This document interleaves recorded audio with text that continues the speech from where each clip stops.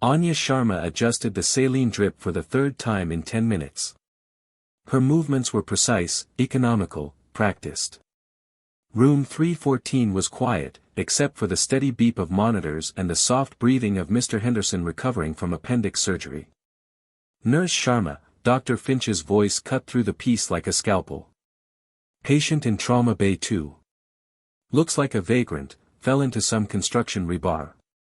Anya nodded, secured the drip, and headed toward the ER. The moment she stepped into the hallway, she felt a strange sense of unease. Not from the call, but from the patient being brought in. She pushed through the trauma bay doors and froze. A man lay on the gurney, thin and disheveled, his clothes ragged.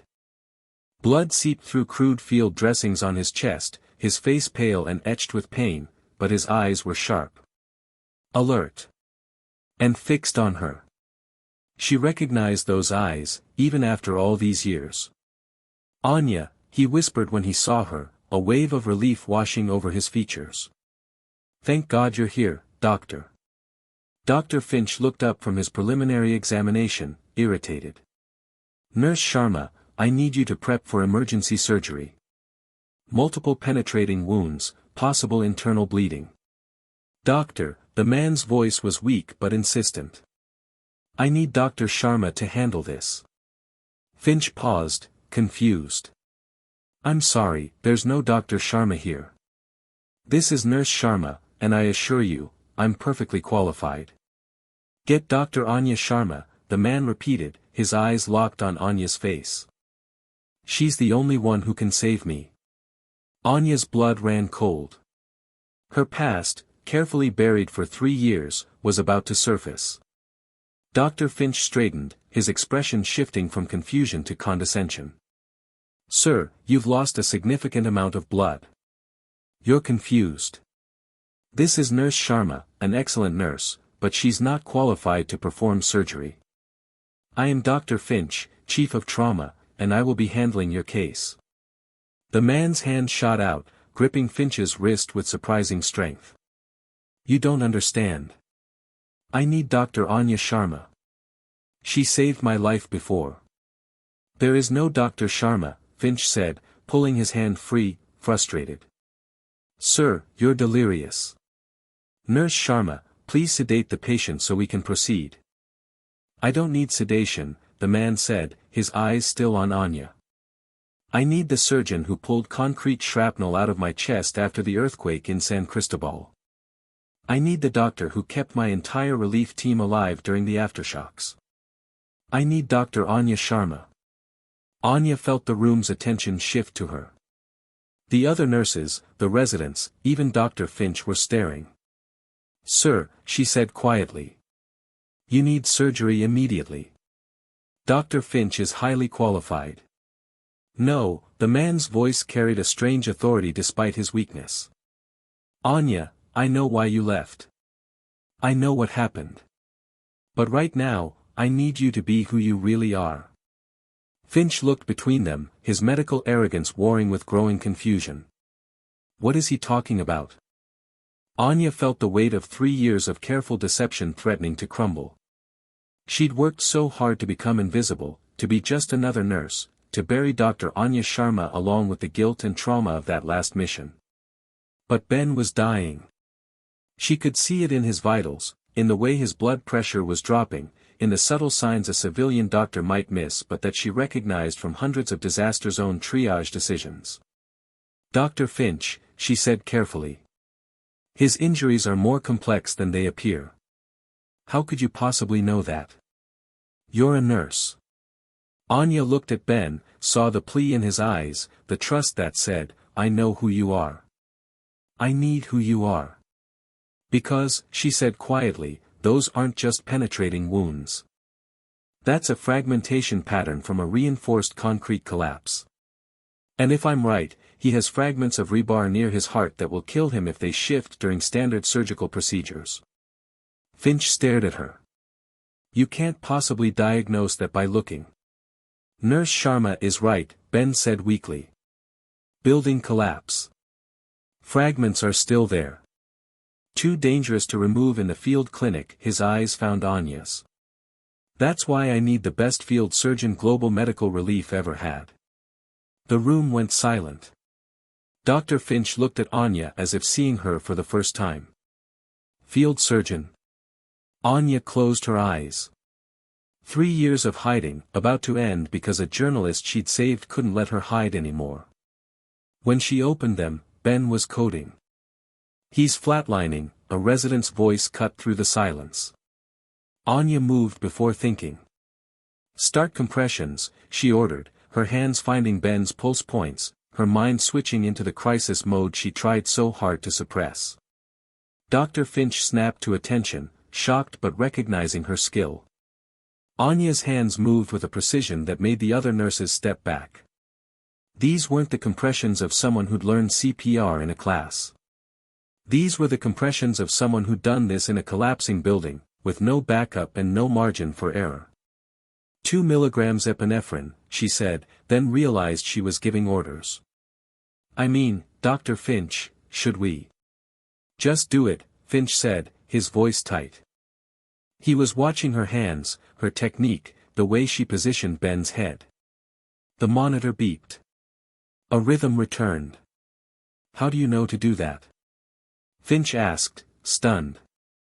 Because I've done this before, Anya said quietly. Many times. Ben's eyes fluttered open. He gripped her wrist. Doc, he whispered, using the title that 3 years of nursing hadn't erased from his memory. The fragments, they've shifted. I can feel them. Anya checked the monitors, saw the subtle changes that confirmed her worst fear. The metal was moving toward his heart. Minutes, maybe less. Dr. Finch, she said urgently. He needs surgery now. I'm prepping or 3. No. Anya's voice carried an authority that made everyone freeze. The fragments are shifting. Standard surgical positioning will kill him. He needs to remain exactly at this angle. How can you possibly know that? Because I've seen this exact injury pattern 17 times in San Cristobal, in places you've never had to go. Dr. Finch, I'm asking you to trust me. Let me assist. Let me position him. You're a nurse. She's Dr. Anya Sharma, Ben gasped, his voice barely audible. Lead surgeon for global medical relief. Saved 45 lives during the earthquake. Best trauma surgeon they ever produced, his eyes found Finch's. And right now, she's the only person in this hospital who can keep me alive. Finch stared at Anya. Is that true? Anya met his gaze. 3 years of hiding, of guilt, of trying to forget. But Ben was dying, and she was still Dr. Anya Sharma whether she wanted to be or not. Yes, she said quietly. It's true. The operating room prep area buzzed with tension as Anya scrubbed in beside Dr. Finch. Her hands moved with muscle memory, the ritual as familiar as breathing. Dr. Sharma, Finch said carefully. I need to understand. You've been working as a nurse in my hospital for 2 years. Your credentials are from a nursing school. A deep cover background check would show nursing credentials, Anya said, not looking up. The rest is sealed under a non-disclosure with the relief organization. She finished scrubbing and turned to face him. Dr. Finch, I understand your confusion.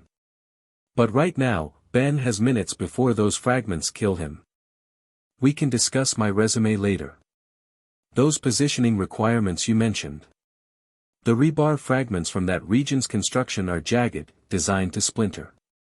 Standard surgical positioning will create pressure that drives them deeper. Anya's voice was clinical, detached. I've removed these fragments dozens of times. I lost 2 patients because we couldn't maintain proper positioning in the field. Field conditions. In a tent, with aftershocks happening outside, and no backup if things go wrong, Anya met his eyes. I'm not trying to usurp your authority. I'm trying to save a patient's life using knowledge I wish I didn't have. Finch was quiet for a moment. Then, what do you need? Complete surgical control. This isn't a team operation. It's a delicate extraction that requires absolute precision. One tremor, and he dies.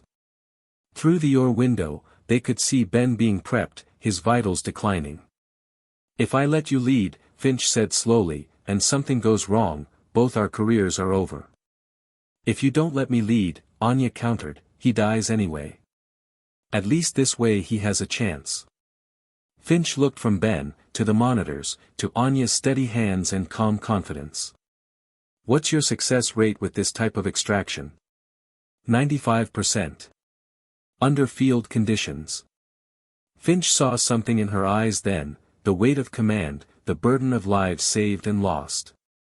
Dr. Sharma, he said formally. I'm asking you to take the lead on this surgery. I'll assist. Anya nodded. Thank you. They entered the OR. Scalpel, Anya said, her voice steady.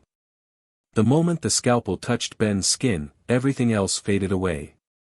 There was only the surgeon, the patient, and the mission. Retractor, Anya said, her voice calm. Her hands moved with a fluid precision that made the surgical team pause. This was mastery. Suction, she continued. There. Do you see? Finch leaned closer. The metal fragments, 3 pieces, one perilously close to the heart wall. They're not random, Anya explained. The collapse drove them in sequence. If we remove them in the wrong order, the remaining fragments will shift and he'll bleed out before we can control it. I've never seen anything like this, Finch breathed. Pray you never have to again, Anya said, her hands already moving to the first, smallest fragment. She worked with focused intensity, removing the piece without disturbing the surrounding tissue. Remarkable, Finch whispered. She moved to the second, then the third, the largest one, sitting so close to Ben's heart that each beat moved it slightly. Are you sure about this? Finch asked quietly. I've done this exact extraction 27 times, Anya said. In a controlled or with proper equipment, this will work. She positioned her instruments. Her hands moved with the confidence of someone who'd made impossible decisions and lived with the consequences. The fragment slid free. Ben's vitals strengthened immediately.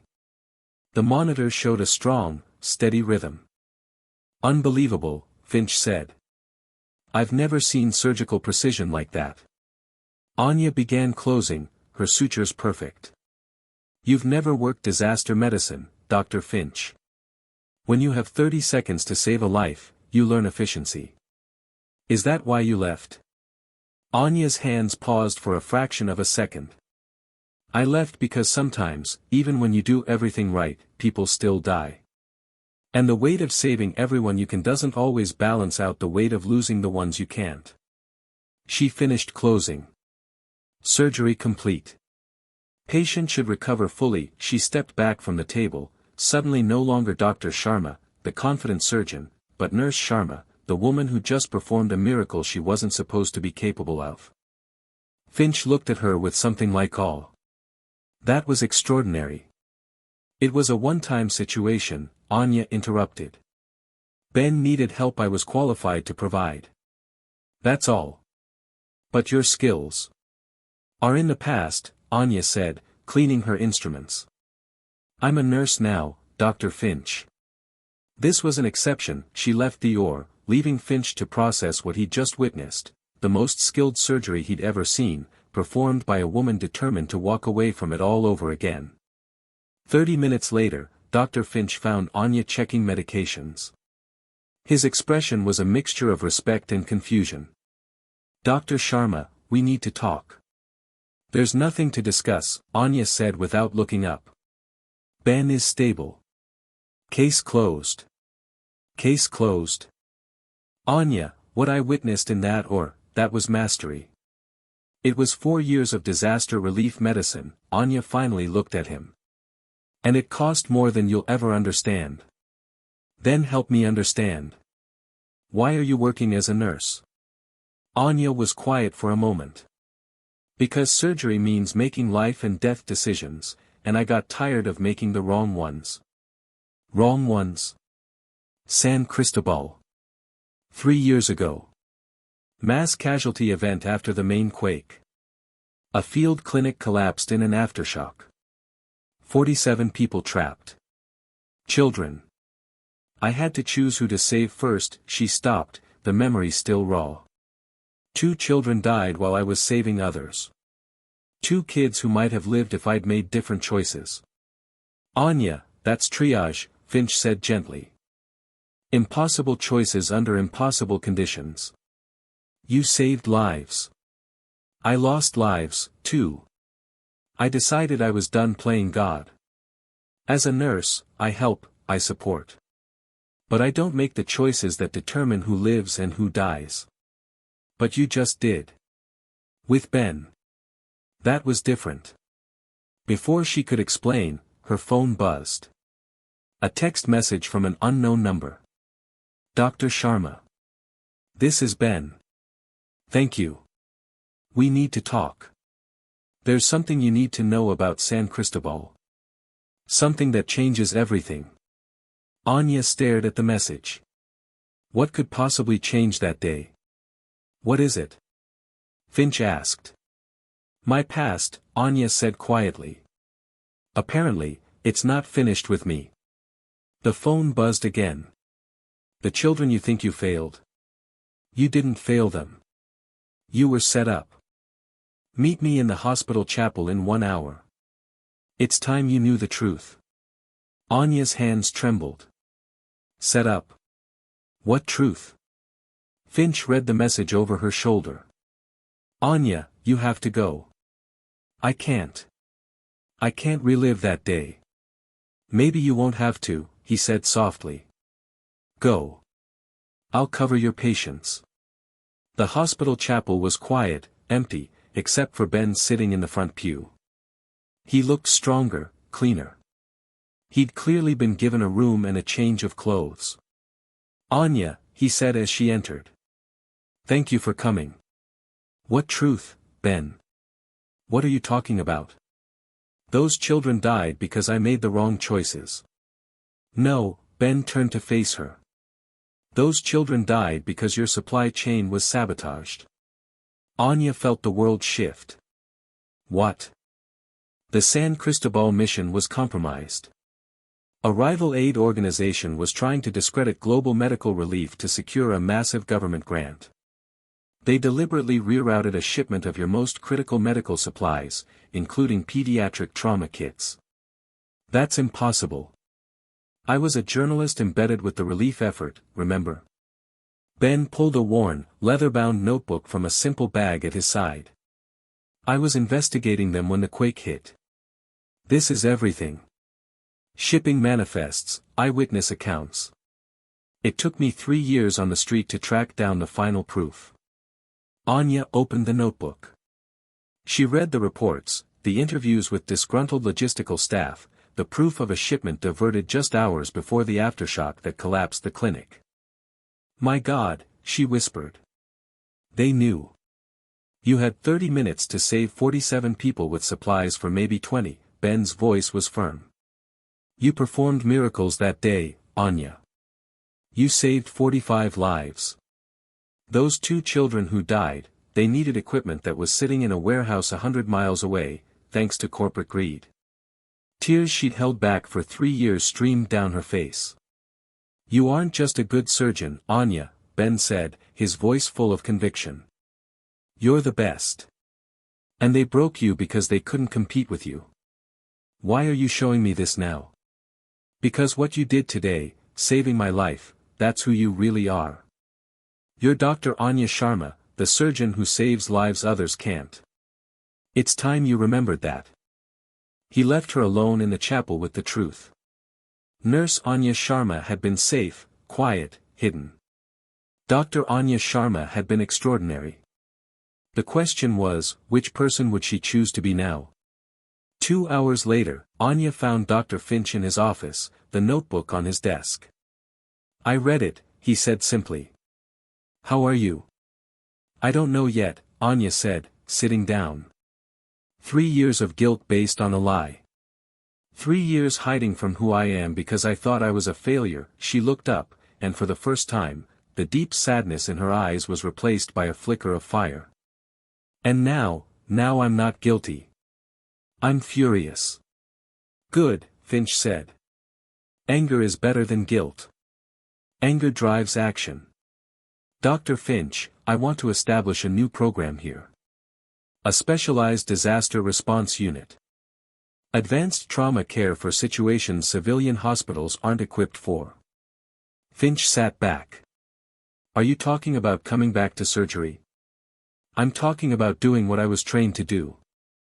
The techniques I used on Ben are just the beginning. I can bring an expertise to this hospital that could revolutionize how we handle mass casualty events. Finch studied her, a slow smile spreading across his face.